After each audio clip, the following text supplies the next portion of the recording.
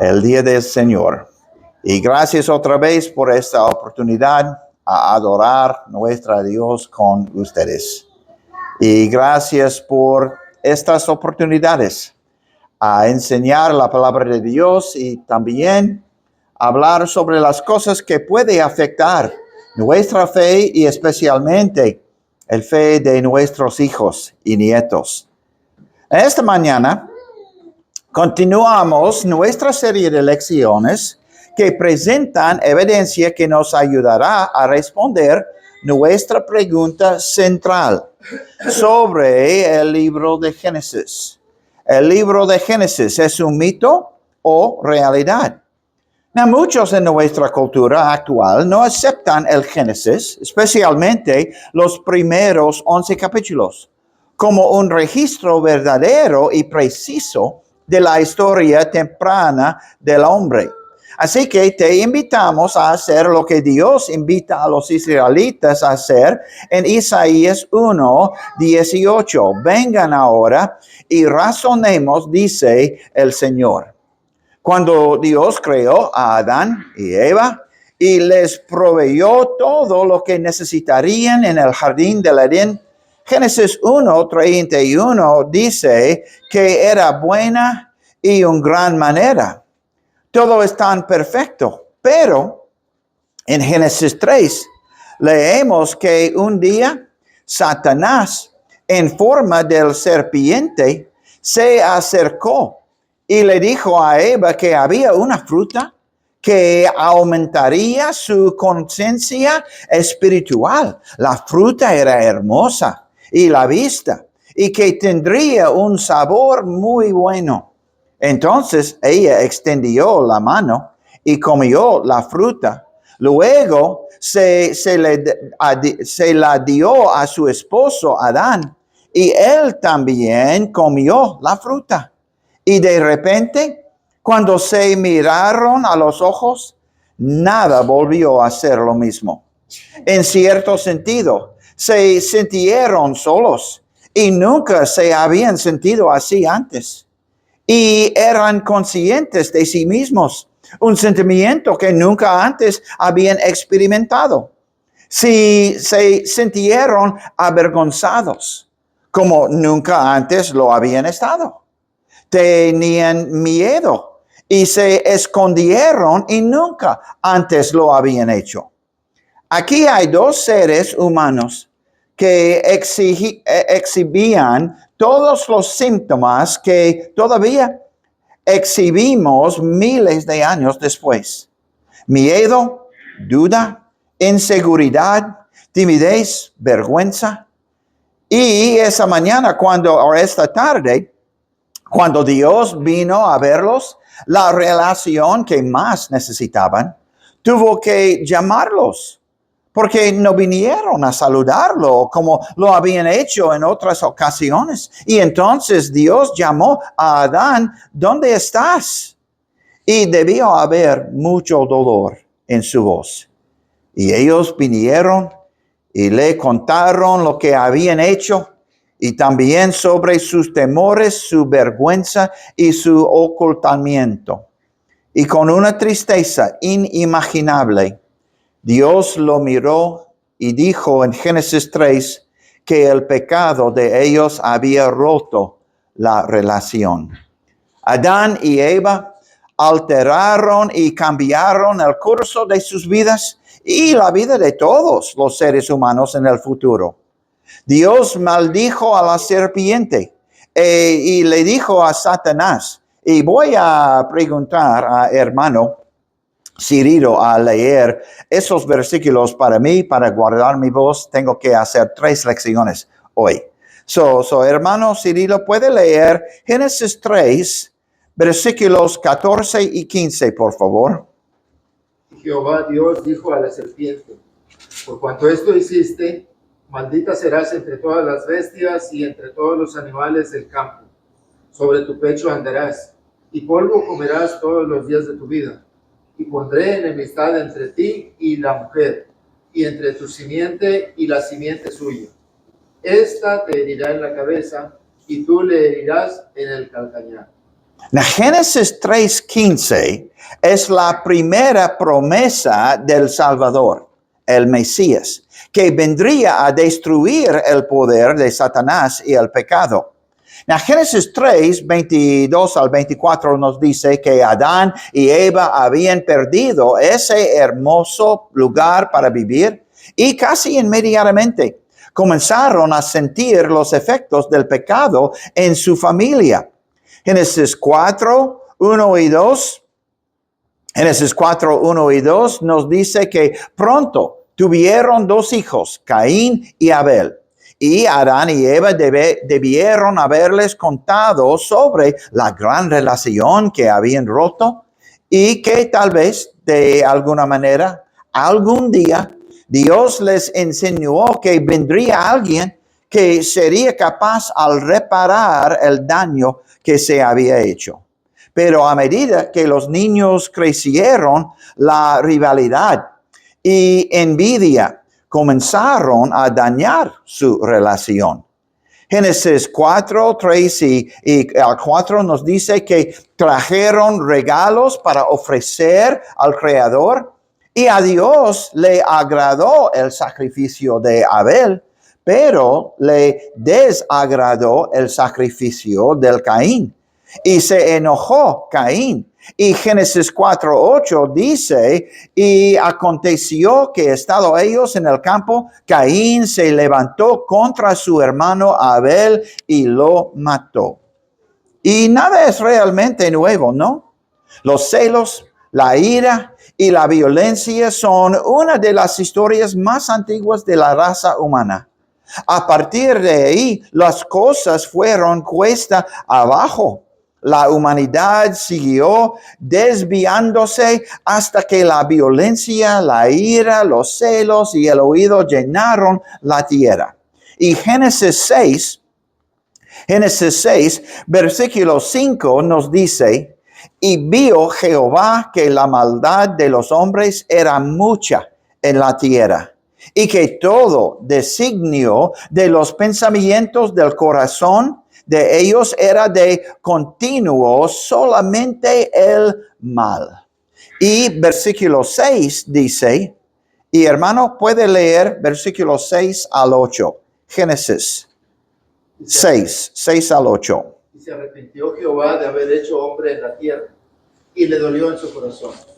Y dijo Jehová, traeré de sobre la faz de la tierra a los hombres que he creado, desde el hombre hasta la bestia, y hasta el reptil, y las aves del cielo, pues me arrepiento de haberlos hecho. Pero Noé halló gracia ante los ojos de Jehová. Cuando Dios miró la tierra, vio a un hombre y su familia que tocaban su corazón. Y Dios decidió que iba a salvar a esa familia. Y esto nos lleva a nuestro texto principal de esta mañana. Génesis 6, versículos 13 al 22. Génesis 6, versículos 13 al 22. Hermano, por favor. Dijo pues Dios a Noé, he decidido el fin de todo ser, porque la tierra está llena de violencia a causa de ellos. Y he aquí que yo los destruiré con la tierra. Hazte un arca de madera de gofer, harás aposentos en el arca, y la calafetearás con brea por dentro y por fuera. Y de esta manera la harás, de 300 codos de longitud del arca, de 50 codos su anchura, y de 30 codos su altura. Una ventana harás al arca, y la acabarás a un codo de elevación por la parte de arriba. Y pondrás la puerta del arca a su lado, y le harás piso bajo, segundo y tercero. Y he aquí que yo traigo un diluvio de agua sobre la tierra, para destruir toda carne en que haya espíritu de vida debajo del cielo. Todo lo que hay en la tierra morirá. Mas estableceré mi pacto contigo, y entrarás en el arca tú, tus hijos, tu mujer, y las mujeres de tus hijos contigo.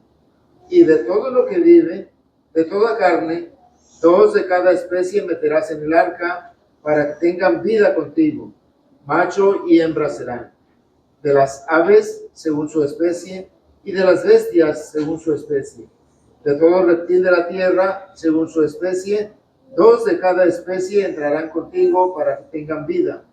Y toma contigo de todo alimento que se come y almacénalo, y servirá de sustento para ti y para ellos. Dice el 22. Y lo hizo así Noé, hizo conforme a todo lo que Dios le mandó. Ahora bien, ¿crees que lo que acabamos de leer realmente ocurrió? Como dijimos antes, hoy en día muchos en el mundo consideran que el relato bíblico de estos primeros acontecimientos, como Noé y el arca, son simplemente mitos antiguos. Entonces vamos a examinar las escrituras aquí en Génesis 6, esta lección y la próxima, en la próxima hora. Vamos a analizar un acontecimiento que literalmente transformó nuestro planeta. Para muchos de nosotros, Noé y el arca fue una de las primeras historias bíblicas que escuchamos o leímos cuando éramos niños. Quizás sean ilustraciones. Así, lo siento. Ok, aquí. Quizás sean ilustraciones como estas, las que hacen que muchas personas creen que el diluvio y el arca de Noé son solo una historia de niños. Y esta puede ser la razón por la que tantos cristianos han aceptado la visión del mundo, de que esto es solo una fábula y no un acontecimiento histórico real. Hay libros sobre el diluvio y el arca de Noé que utilizan ilustraciones que retratan una idea más precisa de cómo pudo haber sido el arca. Y eso es porque estas ilustraciones están basadas en las dimensiones e instrucciones que Dios le dio a Noé en el libro de Génesis. Por supuesto, no tenemos una foto del arca, por lo que nadie puede decir con seguridad cómo era exactamente, pero ciertamente no parecía así. La evidencia que consideraremos nos muestra que la construcción de esta enorme embarcación y la preservación de Noé y su familia y todos los diferentes tipos de animales terrestres, animales que respiran aire, era algo bastante factible, no es como este. Y sin embargo, durante los últimos 170 años, eruditos seculares y escépticos de la Biblia han criticado y ridiculizando públicamente el relato de Noé y los animales en el arca. Algunas objeciones las plantean los escépticos que no han leído el relato bíblico con mucha atención. En un artículo del periódico de Dallas se citaba un profesor de SMU en Dallas. Él escribió: el arca de Noé será descubierta aproximadamente al mismo tiempo que se encuentra en la lámpara de Aladín. La idea de construir en una semana un arca lo suficientemente grande para albergar y al mismo tiempo recolectar 2 ejemplares de cada tipo de animal es una tarea formidable. Now, antes de que alguien se burle de quienes creen en la Biblia, debería al menos leer aquello de lo que está criticando. Pero dado que la Biblia no dice exactamente cuánto tiempo tomó construir el arca, veamos si podemos hacer algunas inferencias a partir de lo que la Biblia dice. Empecemos en Génesis 6:3. Génesis 6:3, este versículo nos dice: y dijo Jehová, no contenderá mi espíritu con el hombre para siempre, porque ciertamente él es carne, mas serán sus días 120 años. Algunas personas creen que Dios está hablando de acortar la vida del hombre en este versículo. Sin embargo, eso no encaja en el contexto. Vemos en los siguientes capítulos de Génesis que hubo muchos que vivieron más de 120 años después del diluvio. Sem vive 600 años, Eber 464 años, Peleg 239 años, Tare 205 años, Abraham 175 años y Isaac 180 años. Y lo que tiene más sentido para mí es que Dios está anunciando que el juicio vendría en 120 años. Y Génesis 6 continúa explicando que el juicio sería un diluvio global que destruiría casi toda la vida. Ahora también que cuando Dios le dijo a Noé que construyera el arca, Dios le dice a Noé en Génesis 6, 18, entrarás en el arca tú, tus hijos, tu mujer y las mujeres de tus hijos contigo. Así pues, creo que podemos inferir con seguridad que la esposa de Noé ya había dado a luz a Sem, Cam y Jafet. Y Génesis 5:32 dice, y siendo Noé de 500 años, engendró a Sem, a Cam y a Jafet. Y Génesis 7:6 nos dice que era Noé 600 años cuando el diluvio de las aguas vino sobre la tierra. Así que ahora tenemos un marco de tiempo probable de 100 años. Entonces, ¿cuánto tiempo le tomó a Noé completar esta tarea? La Biblia no nos dice específicamente cuándo comenzó Noé la construcción. Pero creo que podemos inferir con seguridad que probablemente Noé tuvo alrededor de 100 años para construir el arca. Ahora, volviendo a nuestro profesor de la Universidad SMU, donde él escribió la idea de construir en una semana un barco o un arca.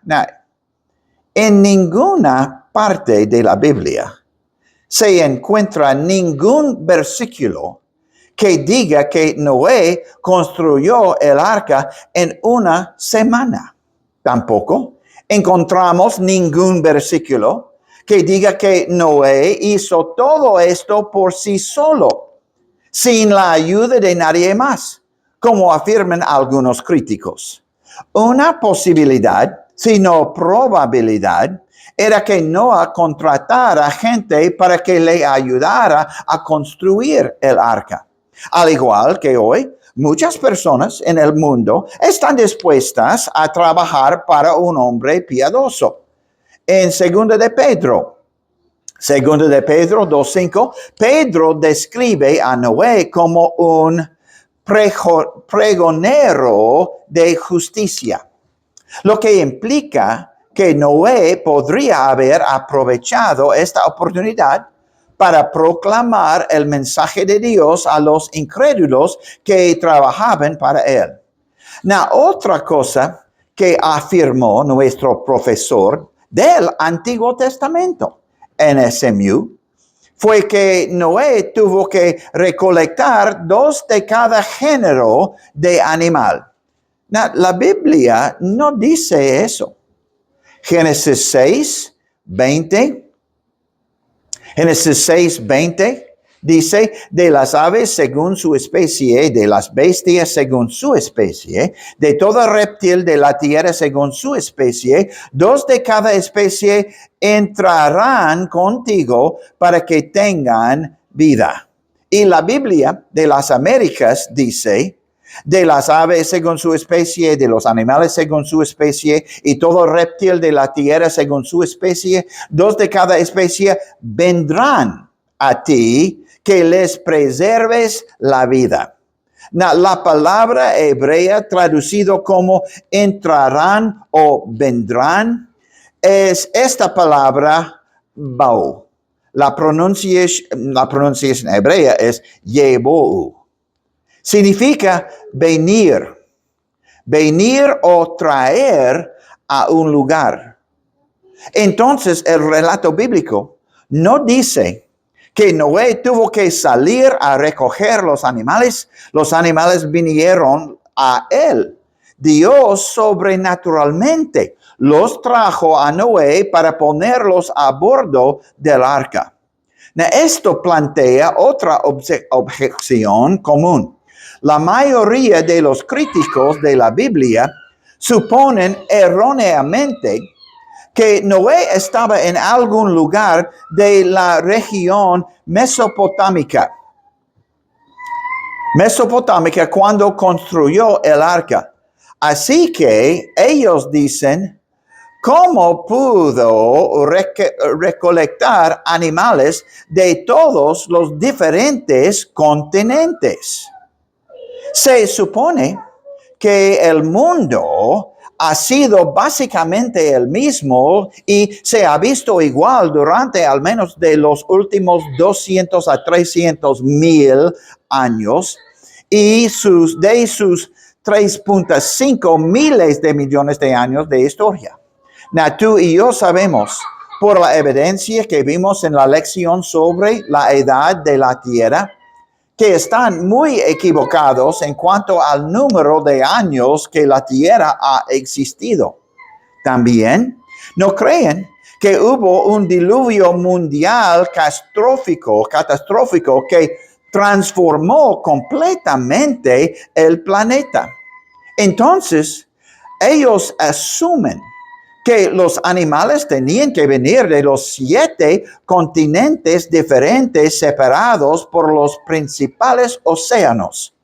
Sin embargo, la mayoría de los geólogos seculares están de acuerdo con los geólogos creacionistas en que hay mucha evidencia física, así como referencias bíblicas también, que sugieren que hubo un tiempo en que el mundo tenía solo una masa de tierra gigante, no múltiples continentes.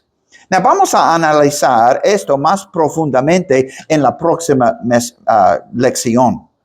Pero en esta lección nos concentraremos en el arca. El arca tuvo que ser construida antes del diluvio. Entonces, volviendo al mundo que existía antes del diluvio, cuando Noé estaba preparando el arca, los animales podrían haber viajado desde diferentes partes de esa una masa de tierra para que Noé los colocara en el arca.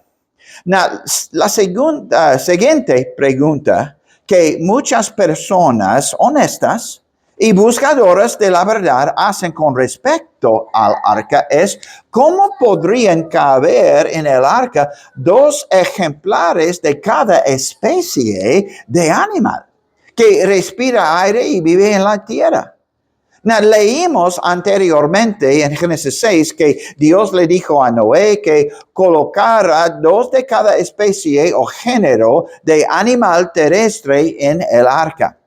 Pero en Génesis 7, Dios da más instrucciones sobre el número de animales limpios que deben colocarse en el arca. Génesis 7:2 dice, de todo animal limpio tomarás 7 parejas, macho y su hembra, más de los animales que no son limpios, una pareja, el macho y su hembra. Entonces, Dios le ordenó a Noé que incluyera 7 parejas de cada especie de animal limpio y 7 parejas de cada especie de ave.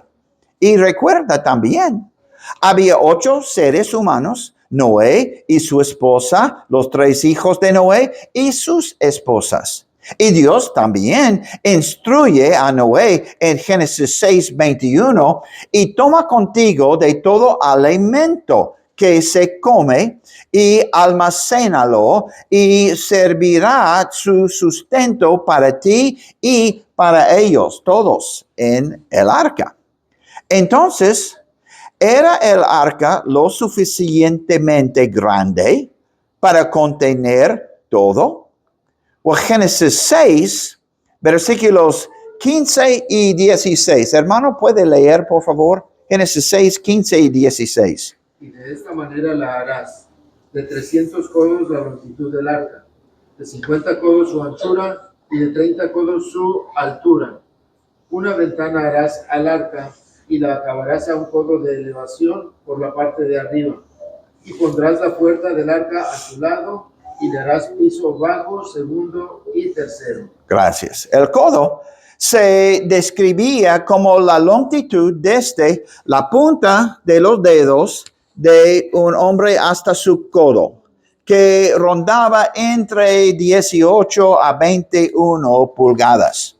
Entonces, usando la medida más pequeña de un codo, el arca tenía un mínimo de 400 pies de largo o con 21 pulgadas de codo, 510 pies de largo usando el codo de 21 pulgadas, por 75 pies de ancho y 45 pies de alto. Y consistía en 3 cubiertas o niveles, una puerta y una ventana de un codo de altura que creo que corría a lo largo de la parte superior del arca para ventilación. Tenía un poco más que 100,000 pies cuadrados de superficie y luego, si consideramos no solo el espacio del piso, sino también el volumen, el espacio del almacenamiento, el arca tenía aproximadamente 1.5 millón de pies cúbicos de espacio de almacenamiento. Ahora, hablemos un momento sobre el número de animales en el arca.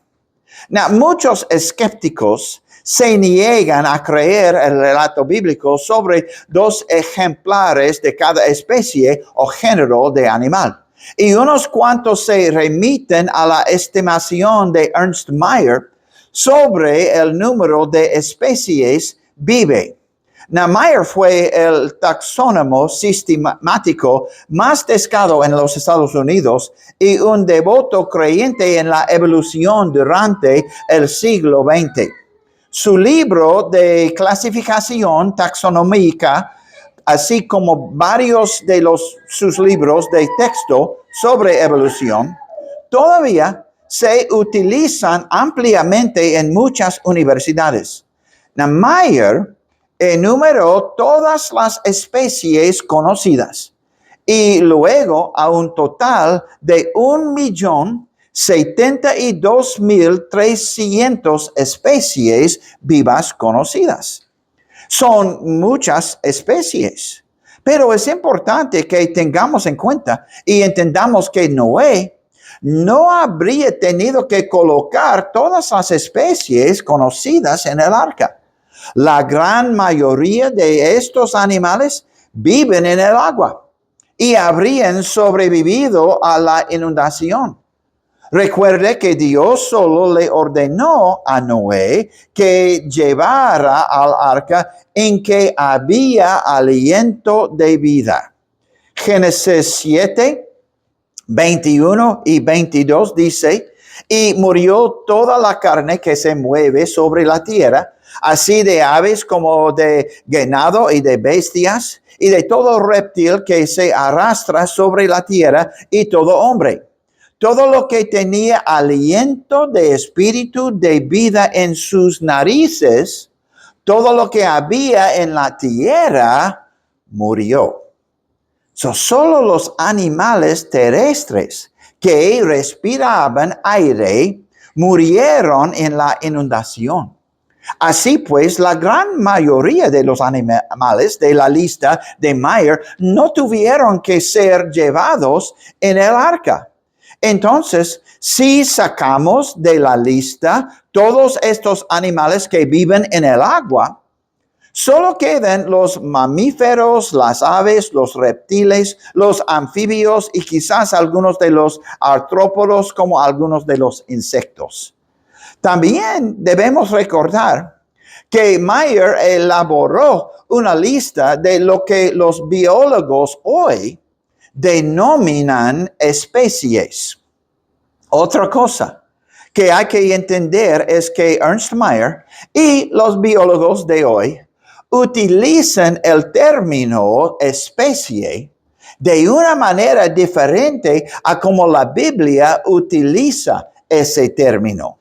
Los biólogos evolucionistas que critican el relato bíblico de Noé y el arca no piensan en el hecho de que su forma de utilizar el término especie es bastante reciente, solo de los últimos 300 años aproximadamente.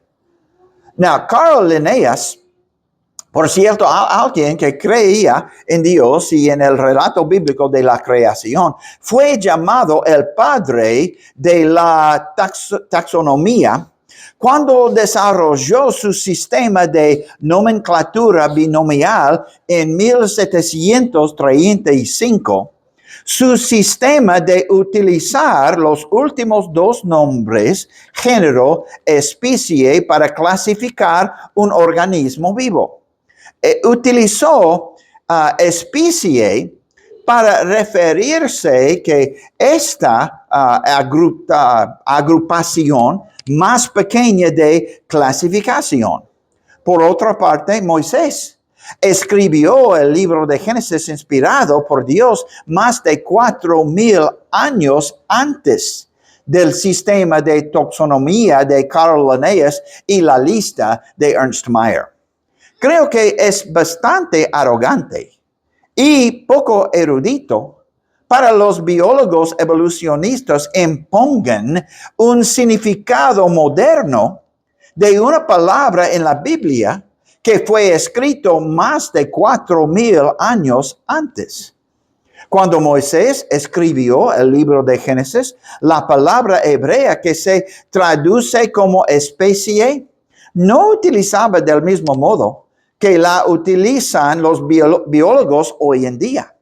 La palabra especie es la palabra hebrea min, una palabra que significa repartir o dividir una clase o un tipo de algo. Algunas versiones en español traducen esta palabra hebrea como género en lugar de especie. Tal vez los traductores usaron este término más amplio, género, debido a la forma en que se utiliza especie en la ciencia y la biología hoy en día. Nuevamente, esto no es lo que significa la palabra hebrea. Si desea incluir la palabra hebrea en nuestro cuadro de clasificación actual, probablemente encajaría aquí en la clasificación familia. Y podemos entender que no había tantos géneros o familias de animales en el arca. Permítanme darles algunos ejemplos de por qué Noé no necesitaba llevar todas las especies de animales terrestres al bordo del arca. Ahora bien, Moisés tomó 2 de cada género o familia. La mayoría de los creacionistas no creen que tomó 2 de cada especie, como los científicos usan el término hoy. Felidae es una familia de mamíferos del orden carnívora, conocidos como los felinos o los gatos. Es probable que Noé tomara un gato macho y una hembra de la familia Felidae, que se convirtieron en el ancestro de todas las especies de gatos que encontramos hoy en día. Hoy en día, dentro de la familia de los gatos, existen 41 especies distintas y diferentes. Permítanme decirlo nuevamente. Les sugeriría que Noé no llevó las 41 especies de felinos a bordo del arca. Lo más probable es que llevara una pareja de la original Felidae. Y gracias a la increíble complejidad de su código de ADN, estos félidos o felinos originales han podido adaptarse, cambiar y diversificarse en los 4.500 años transcurridos desde el diluvio. Lo llamamos microevolución o adaptación. Cuando mis compañeros de trabajo en la universidad, otros profesores, me preguntó, ¿cree en evolución? Mi pregunta es, ¿cuál evolución? Microevolución, que es adaptación, que puede observar, o macroevolución, cuando un tipo de animal cambia a otro tipo de animal. No creo en macroevolución. Y aunque la familia de los felinos se ha diversificado y cambiado a lo largo de los últimos 4.500 años, todavía se reproducen solo dentro de su familia. Si crías algún tipo de gato, solo obtendrás un gato, no algún otro tipo de animal. Lo mismo puede decirse de los perros, los caninos o canines. De esa especie canina original surgieron los chacales y los lobos, y del lobo gris común surgieron todas las razas de perros domésticos. Déjame preguntarte, ¿cuántas razas de perros hay? Según la Asociación Canina de la que hablas, hay entre 200 a 340 razas diferentes. Todo desde un chihuahua hasta un San Bernardo. Y si usted es un criador de perros, no importa durante cuánto tiempo críe caninos o cuán cuidadosamente seleccione a los padres, usted solo va a producir cachorros. Solo obtendrá caninos de caninos. Un perro solo puede producir un perro. Así, cuando Dios creó los diferentes tipos de seres vivos, colocó en su ADN el código genético para que variaran y se diversificaran con el tiempo. Pero cada tipo de ser vivo solo podía y puede reproducirse según su familia. Vemos esto no solo en la familia de los gatos y de los perros, sino ¿qué pasa con la familia humana? Todos descendemos de Adán y Eva, y después del diluvio, todos descendemos de Noé, sus 3 hijos y sus esposos. ¿Cuánta variación y diversificación vemos hoy en la familia humana? En los 6.000 años transcurridos desde Adán y Eva, observa cuánta variación se ha desarrollado dentro de los seres humanos. Y aún así seguimos siendo una sola familia. Debemos reiterar que no hemos evolucionado hacia otro tipo de organismo vivo, ni tampoco hemos evolucionado a partir de otro tipo de organismo vivo. Cada tipo, clase o familia de seres vivos solo puede producir el mismo tipo de descendencia. Y sin embargo, Dios colocó suficiente información en nuestro ADN, nuestro código genético, para que pudiéramos variar y adaptarnos. Así que Noé no tuvo que llevar todas las especies, biologías conocidas, de animales que respiran aire y viven en la tierra.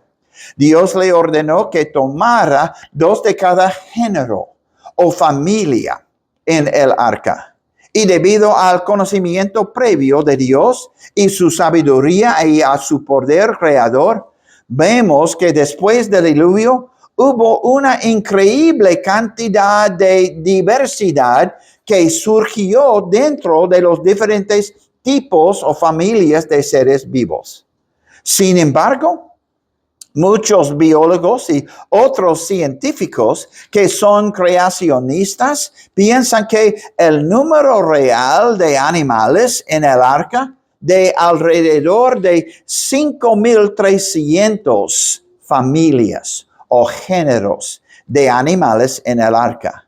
Dios no nos da todos los detalles sobre el arca, el número de animales, cuántos kilos de comida se trajeron a bordo. Así que los creacionistas teorizan como cualquier otro científico.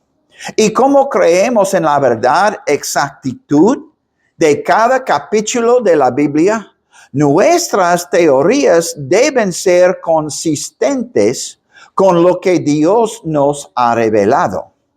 Ahora, antes de cerrar nuestra lección sobre el arca de Noé, quiero que consideren una categoría más de animales. ¿Era el arca lo suficiente grande para albergar todas las familias o géneros de dinosaurios junto con todos los demás animales? En la mayoría de los libros y películas, los dinosaurios son enormes. Tenga en cuenta que estamos hablando de Hollywood, de películas, no de la realidad. La evidencia real, el registro fósil, parece indicar que la mayoría de los dinosaurios eran pequeños, probablemente del tamaño de un perro moderno promedio. Solo unos pocos dinosaurios eran las enormes criaturas que conocemos y amamos como los saurópodos del cuello largo o el tiranosaurio rex. De aquellas especies más grandes de dinosaurios, es probable que Dios trajera al arca ejemplares juveniles, dinosaurios más jóvenes, que después del diluvio eventualmente crecerían hasta alcanzar sus enormes tamaños. Los dinosaurios jóvenes serían mucho más pequeños en tamaño y requerirían mucho menos alimento. También vivirían más tiempo y podrían producir más descendencias para repoblar la tierra con su especie o familia después del diluvio. Pero ya sabéis que Hollywood adora hacer que todo parezca más grande y peor de lo que en realidad es. Mire el dinosaurio que tiene la reputación de ser un asesino sediento de sangre, gracias a Jurassic Park. El Velociraptor. Los velociraptores eran otro tipo de dinosaurio terópodo, pero el registro fósil nos muestra que los velociraptores medían solo alrededor de 2,5 pies de alto. Y sus cráneos tenían solo entre 6 y 8 pulgadas de largo.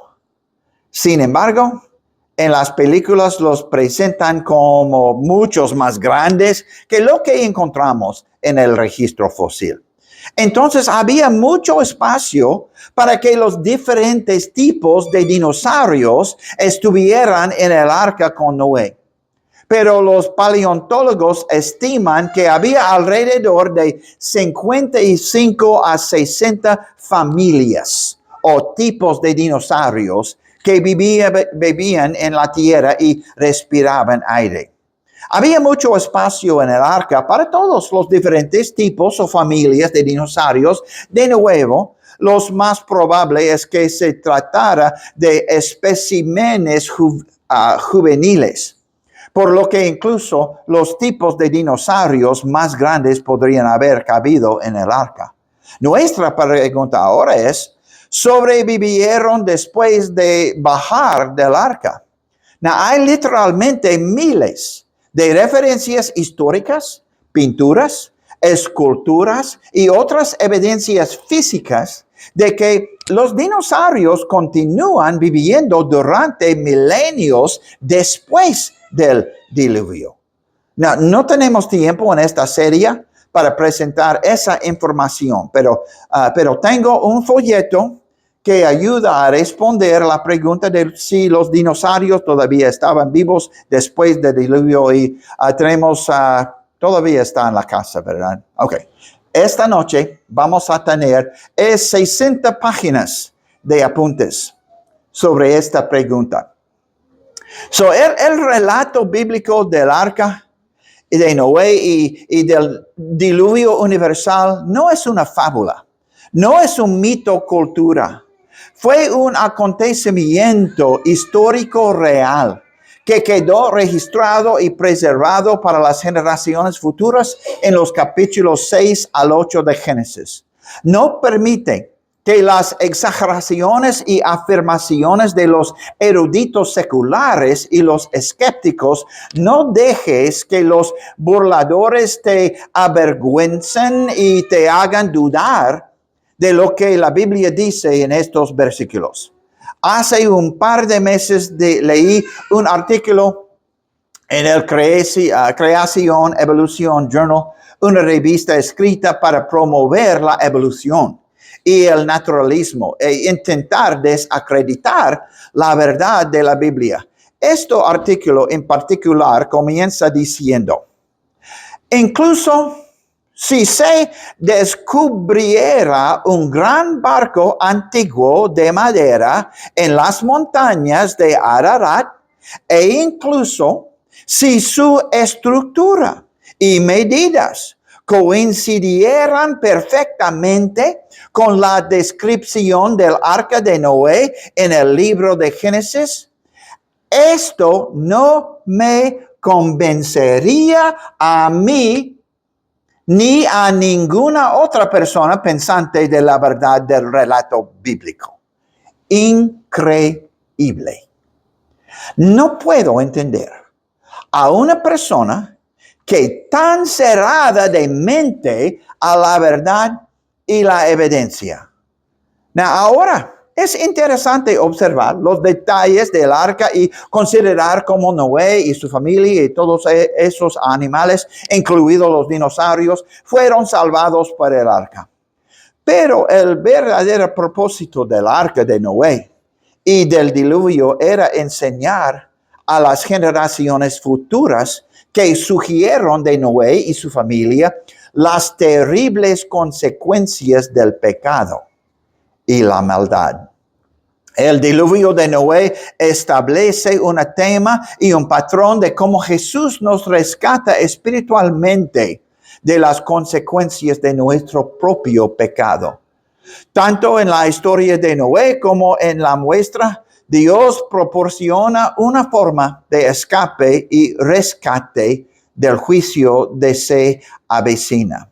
El plan de Dios para nosotros es Jesús, un Salvador crucificado y resucitado que pagó el precio por nuestro pecado. Gracias por su atención esta mañana.